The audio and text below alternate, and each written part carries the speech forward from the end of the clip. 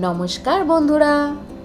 ডিমের শাঁসরাঙা নামটা যেমন সুন্দর তেমনি রেসিপিটাও। ঠাকুরদা আমার বাংলাদেশের ছিলেন, তাই ওদেশের রান্নাবান্নাতে আগ্রহ আমার বরাবরই। বাংলাদেশের বিখ্যাত ওই ডিমের শাঁসরাঙা বানাচ্ছি প্রথমবার, খাবো প্রথমবার আমি, পেটুক বাঙালি। যা হবে তোমাদের সামনেই হবে। ডিমের শাঁসরাঙা বানাতে নিচ্ছি আমি 5টা ডিম। ডিমের সাদা অংশ থেকে কুসুমটাকে আমার আলাদা করতে হবে। খেয়াল রাখতে হবে যাতে ডিমের কুসুমটা গোটা থাকে। ডিমটা মাঝ বরাবর না ফাটিয়ে মাথার দিক বরাবর ফাটালাম এবং সেখান থেকে প্রথমে সাদাটা যতটা পারি বের করে নিলাম একটা বোলের মধ্যে। তারপর আমি ডিমটাকে আরেকটু বেশি ফাটিয়ে সেখান থেকে আরও একটু সাদা অংশ বের হলো এবং তারপরে ওই কুসুমটাকে আমি একটা প্লেটের মধ্যে উঠিয়ে নিলাম। প্রথমবার ডিমের কুসুমটা আলাদা করতে গিয়ে একটু টেনশন হচ্ছিল, কিন্তু পরেরগুলো দেখলাম কোনো ব্যাপারই নয়। আর একটা ডিমের কুসুম আমার ঘেটে গেছে, তবে এটাকেও নষ্ট করব না, ওর মধ্যেই দিয়ে দেব।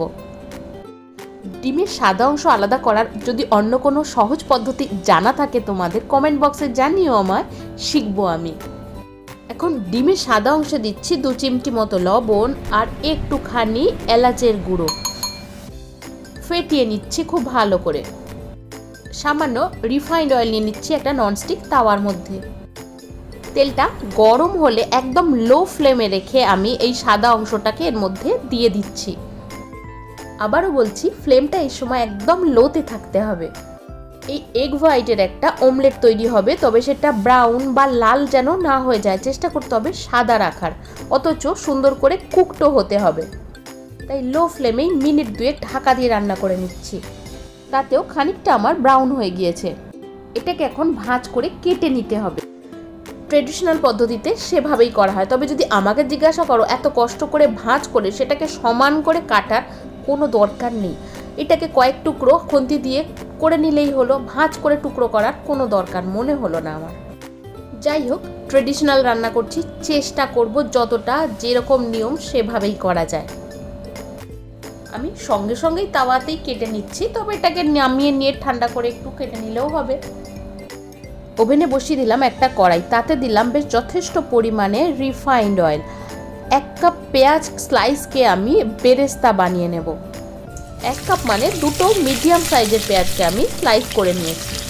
পেঁয়াজ কুচি এরকমভাবে একটু ছাড়িয়ে ছাড়িয়ে দিলে বেরেস্তাটা বেশ সুন্দর হবে। বেরেস্তা বানানোর সময় আমি সাথে সাথে একটু চিনি দিয়ে দিই, এতে করে কালারটা খুব সুন্দর অনেক তাড়াতাড়ি এসে যায়। 5-7 মিনিট হাই ফ্লেমে নাড়াচাড়া করে বেরেস্তা আমি রেডি করে নিলাম। এর থেকে ডিপ ব্রাউন আমি কড়াইয়ের মধ্যে করব না, কারণ এটাকে তুলে নিলে আরও একটু ডিপ কালার এটা হয়েই যাবে।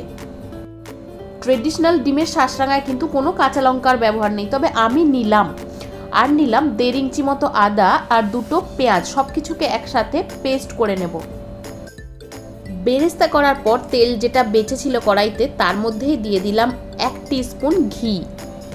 ফোড়নে দিলাম 4টে ছোট দারচিনির টুকরো আর 2টো এলাচ। ছিটানোর ভয় আগে থেকেই একটু নুন দিয়ে দিলাম, যেহেতু এতে হলুদের ব্যবহার হবে না। দিয়ে দেব এখন পেঁয়াজ, আদা আর লঙ্কার পেস্ট। ফ্লেমটা রয়েছে এখন মিডিয়ামে, একটু নাড়াচাড়া করে এটাকে ভাজা ভাজা করব। দিয়ে দিচ্ছি মিক্সির জার ধোয়া সামান্য জল, এই মশলাটা যাতে নষ্ট না হয়। ঘিয়ের সাথে এই মশলার একটা অদ্ভুত সুন্দর রকমের গন্ধ বেরিয়েছে। লো টু মিডিয়াম ফ্লেমে রেখেই আমি মশলাটাকে কষিয়ে নিচ্ছি যতক্ষণ না তেল বেরিয়ে আসছে। ওইদিকে ভাজাটা হচ্ছে, এইদিকে আমি 200 গ্রাম মতো টক দই নিলাম একটা ব্লেন্ডিং জারের মধ্যে।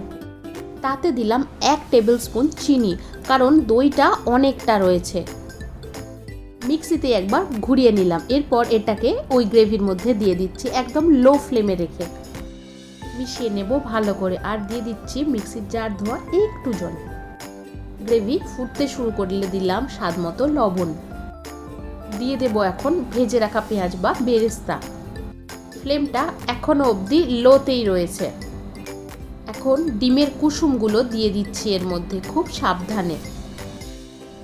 সাইড দিয়ে দেব ভেজে রাখা ওই অমলেটটাও। কুসুমটা কাঁচা আছে, তাই এটাকে এখন একদম নাড়াচাড়া করা যাবে না। ঢাকা দিয়ে লো ফ্লেমে আমি 10 মিনিট হতে দেব। 10 মিনিট পর ঢাকনা খুলতে আমি অবাক হয়ে গেলাম। ডিমের কুসুমটা তো শক্ত হয়েই গেছে, আর এই ডিমের সাদা অংশটা ফুলে উঠেছে। টেক্সচারটা ভীষণ সুন্দর এসছে, গন্ধটাও।